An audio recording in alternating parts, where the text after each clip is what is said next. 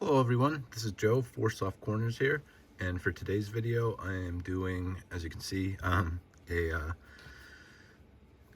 video response for Eddie's Cardboard Chaos. This is um, his contest he's doing, he calls it, his Eddie, he does a contest every year, he calls it Eddie Gives Back, for just to everybody have a chance, for all the gifts and stuff he received throughout the year from people, his chance to give back some. So for his contest, he just want us to do a video talking about a like a comeback story, or just any athlete that has, you know, overcome something, whether it be an illness or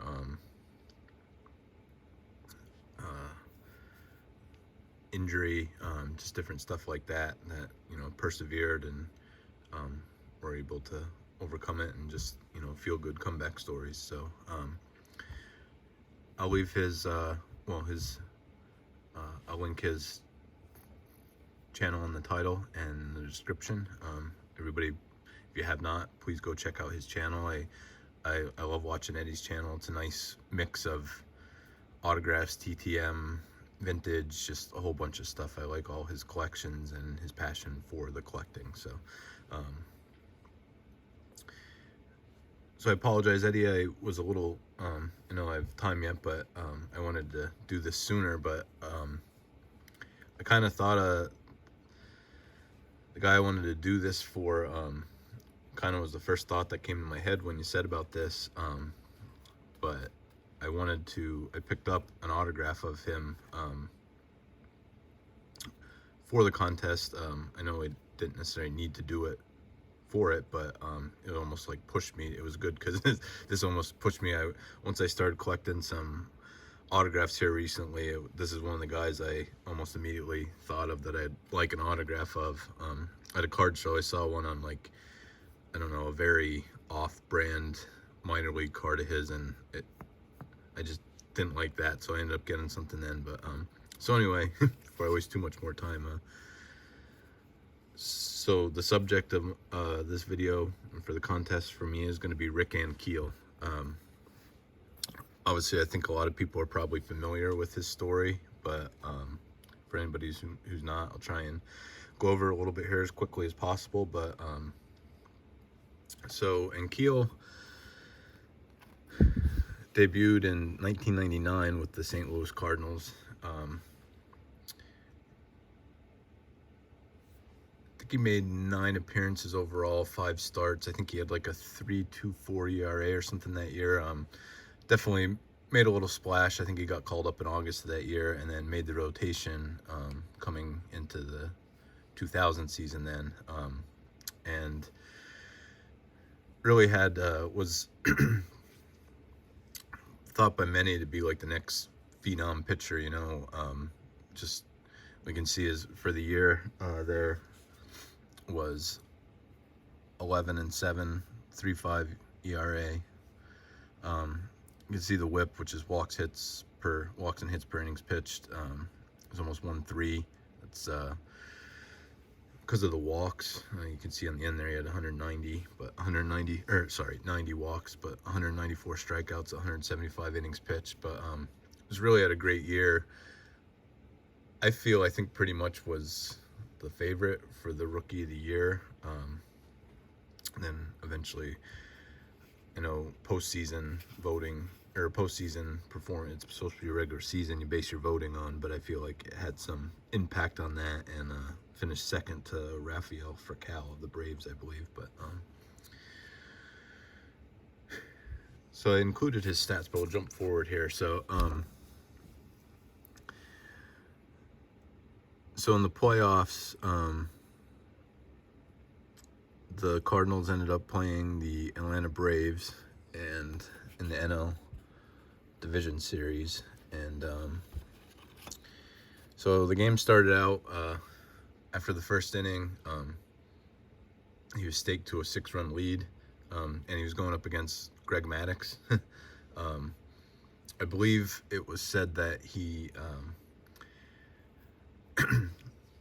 the Cardinals' two main pitchers were him and Darryl Kyle, and I believe Tony La Russa had Darryl Kyle doing all the talking to the media to make it seem like he was starting, but ended up Ankiel was the starter then. But so yeah, he was going up against Greg Maddux, through 2 innings, had a couple walks, I believe, but got through 2 innings, 0 earned runs, and had a 6-0 lead. And then so in the 3rd inning, he walked Greg Maddux to lead it off on 4 straight pitches. And then I believe Andrew Jones was at bat, and so he later wrote a book called, I think it's called The Phenomenon, Pressure, the Yips, and the Pitch That Changed My Life. So this is pretty much, calls it the pitch that changed his life. So he spiked the curveball to Andrew Jones, and from there just completely unwound, on the biggest stage possible in the playoffs, national TV, against the Braves, against Greg Maddux, just completely lost, control in that inning. So you can see stat line in the top there. He ended up throwing 5 wild pitches in that inning for the game before he got pulled, through 66 pitches, only 32 for strikes, had 6 walks, gave up 4 hits and 4 earned runs. So, all the damage, besides some of the walks, was in that 3rd inning. His initial thought was just it was a mechanical issue, but yeah, he said, and you can see, so a lot of this information I'm getting too, just somewhat from memory, and there is a documentary, I believe it was from MLB Network, I'll try and link it in the description, called Truth Be Told, where he talks about all this. But yeah, so just completely came undone, and like I said, just thought it was a mechanical issue. So they ended up winning that game and sweeping the series, and went to the NLCS against the New York Mets. So I believe in game 2, La Russa went back to him again, and you can see just he only pitched 2/3 of an inning, gave up a hit, 2 earned runs, 3 walks, only 1 strikeout, only threw 14 of his 33 pitches for strikes. Technically had 2 wild pitches, but actually had 5, but there was balls that sailed over the catcher's head, but there weren't runners on base for 3 of them, so he only technically had 2 wild pitches, but airmailed 5 balls. I forgot to mention too, one of the big things contributing partly was Cardinals' normal catcher, and one of their leaders was Mike Matheny. Injured his hand in an accident with a hunting knife, sliced his hand, so he was out for the playoffs. So Carlos Hernandez, who I think only caught 6 of Ankiel's starts prior to that, so didn't have a good, real good rapport together. So the Cardinals were down 3-1. Pulled them from the rotation, but they were down 3-1, and in Game 5, in the 7th inning, I believe they were down 6-0, and La Russa just put them in to try and have them get some more work and maybe just end the year on a positive note a little bit. But as you can see, again, 2/3 of an inning, 0 hits, earned run, 2 walks, only 8 of 17 pitches for strikes, and threw 2 more wild pitches. So yeah, just at the time didn't really know what to chalk it up to, just thought it was mostly mechanical, but most people just knew something wasn't right. So going into the next year, his agent wanted him to see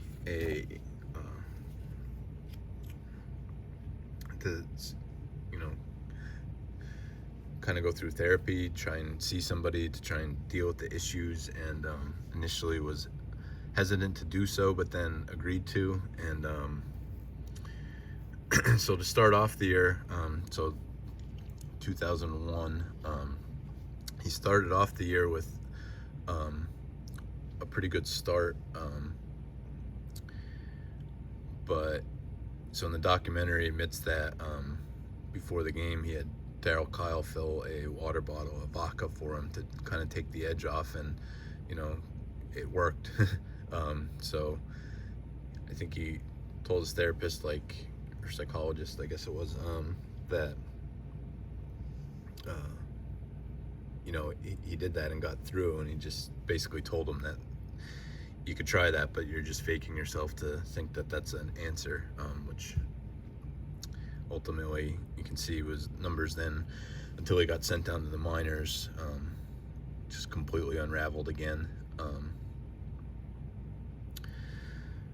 So then going forward, in his head trying to think trying to overpitch and probably change mechanical things up a little bit, ended up hurting his arm.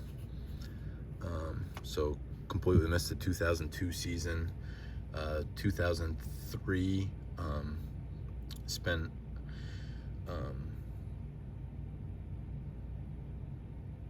the whole year in the minors. 2004 actually was kind of sort of making a comeback numbers wise. As you can see, his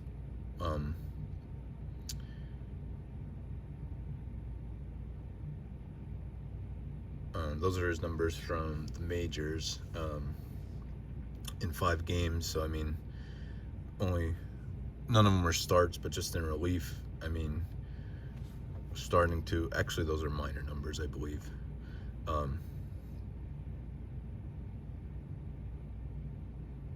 Yeah, I think those numbers from AAA. Was really regaining a lot. He played 5 games, like I said, but 0 starts. And going into the 2005 season,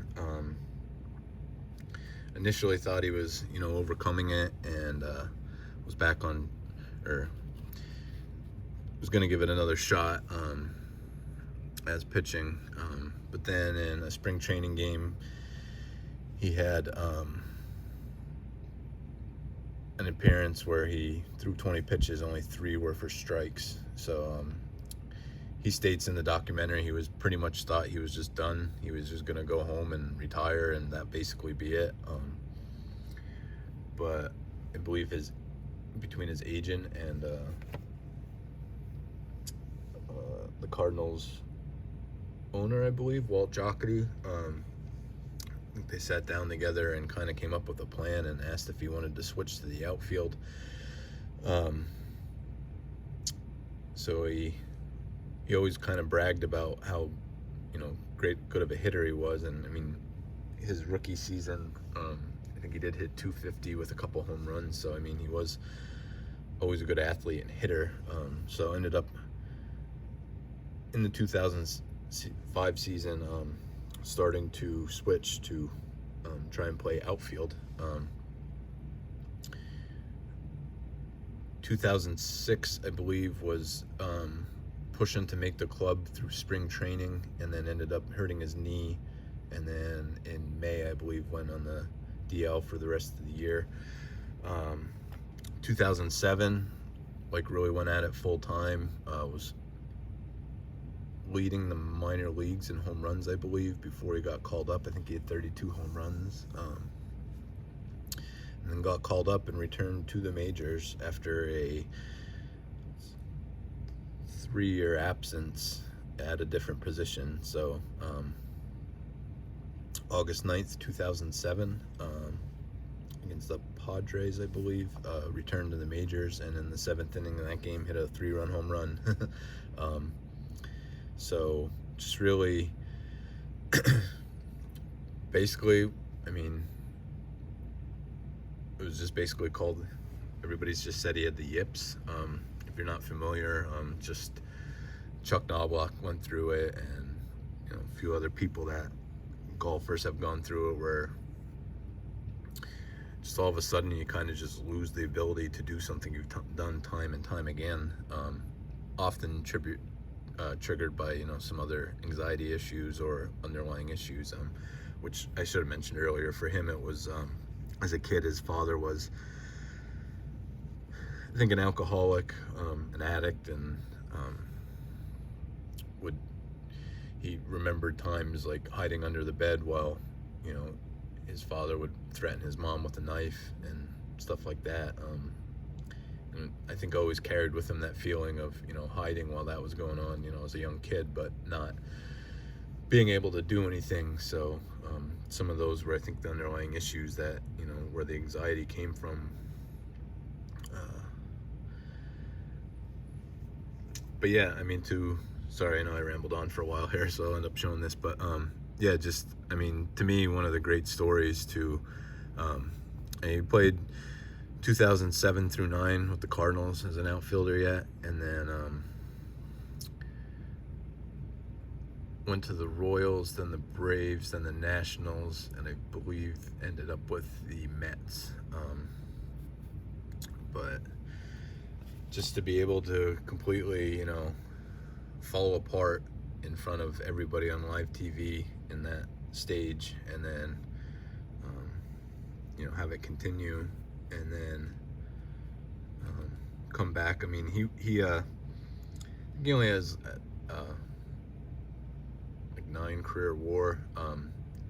So I mean, did turn out into a pretty decently defensive outfielder with an amazing arm. I mean, he still had the great arm. And he lost control to be able to pitch, but I'll try and maybe include a video also. I know there's like a 3-minute video clips of just some of his throws, which are just amazing, just awesome to watch. I mean, some of the throws he makes, basically from the wall to like third base on a line, it's just really cool. But yeah, and currently, I think in 2017, I think he joined, I think he does, as an analyst, and jumps on with calls some of the Cardinals games, and also it's kind of like took on I don't know if he currently is, but I know over the years was like kind of like a life coach to mentor minor leaguers and stuff like that. So I mean, just really, you know, I think a great story and an inspiration, and a guy who had all the talent, kind of completely crumbled, and, you know, came back and made it back to the majors at a completely different position. But so this is from 2019. I wanted to, when I saw this, I knew I wanted it because it was kind of like after the story was complete, from that time when he was an outfielder. So this is from 2019 Topps Allen and Ginter, and this is mini autograph. These are really cool. I mean, just being like framed with the acetate over it here and on card.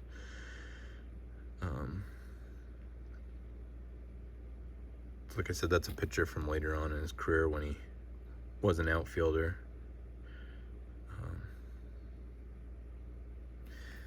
Sorry, this is a little bit longer than I thought it was going to be. Some of it might not be the most entertaining to listen to, but like I said, this was one of the first guys I thought of, just because I always enjoyed his story and just always thought he was a, you know, great inspiration, and just, you know, like I said, somebody who completely lost it all and just was able to build back and come back.